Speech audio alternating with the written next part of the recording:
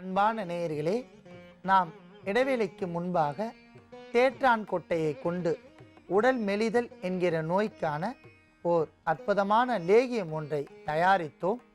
இப்பொழுது தேற்றான் கொட்டையை கொண்டு நீரிழிவு நோய் என்று சொல்லக்கூடிய சர்க்கரை நோய்க்கான ஓர் அற்புதமான மருத்துவத்தை நாம் பார்க்க போகிறோம்.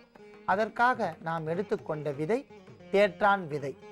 அடுத்ததாக நாம் எடுத்துக்கொண்ட பொருள் விளாம்பழ மரத்தினுடைய பிசின்.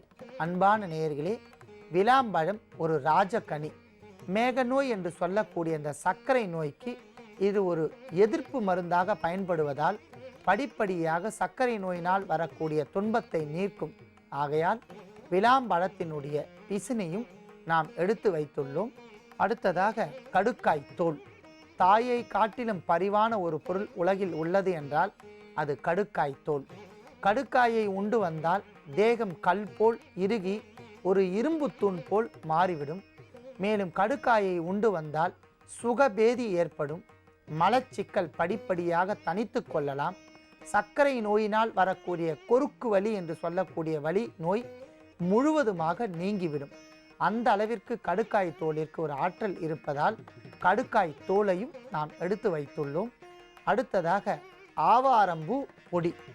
ஒரு சில மூலிகைகள் குறிப்பிட்ட காலத்திற்குள் பூத்து மறுபடியும் நமக்கு கிடைப்பதற்கு ஒரு 6 மாத காலம் தேவைப்படும். அந்த நேரத்தில் ஆவாரம் பூவை நாம் நன்றாக தூய்மை செய்து எடுத்து சேகரித்து வைத்து கொண்டு நன்றாக வெயிலில் காய வைத்து அதை சன்னமான முறையில் தூள் செய்து எடுத்துக்கொண்டால் தேவைப்படுகின்ற காலத்தில் அதன் பொடியை பயன்படுத்தி வரலாம். மருத்துவ குணங்கள் இரட்டிப்பாக்கி தரக்கூடிய அற்புதமான ஒரு பொருள் ஆவாரம் பூ. சர்க்கரை நோய் என்று சொல்லக்கூடிய இந்த நோயை படிப்படியாக கட்டுக்குள் கொண்டு வந்து சிறுநீரகம் மேலும் பிட்ரூட்ரி சுரப்பி அங்கு சுரக்கக்கூடிய அத்தனை சுரப்பிகளையும் கட்டுக்குள் கொண்டு வரக்கூடிய ஆற்றல் ஆவாரம் பூவிற்கு இருப்பதால் ஆவாரம் பூவினுடைய பொடியும் நாம் எடுத்து வைத்துள்ளோம். அடுத்ததாக நாட்டு பசுமோர். நாட்டு பசுமோர் ஒரு அற்புதமான குளிர்ச்சியான ஒரு பொருள். ஒரு சூரணத்தை நாம் சாப்பிட வேண்டும் என்றால் ஒன்று நாட்டு பசுனை, மற்றொன்று தேன் அல்லது மோர். இவை மூன்றிலும் ஏதேனும் ஒன்றில் சாப்பிட்டு வந்தால் உடலுக்கு மேன்மை தரும்.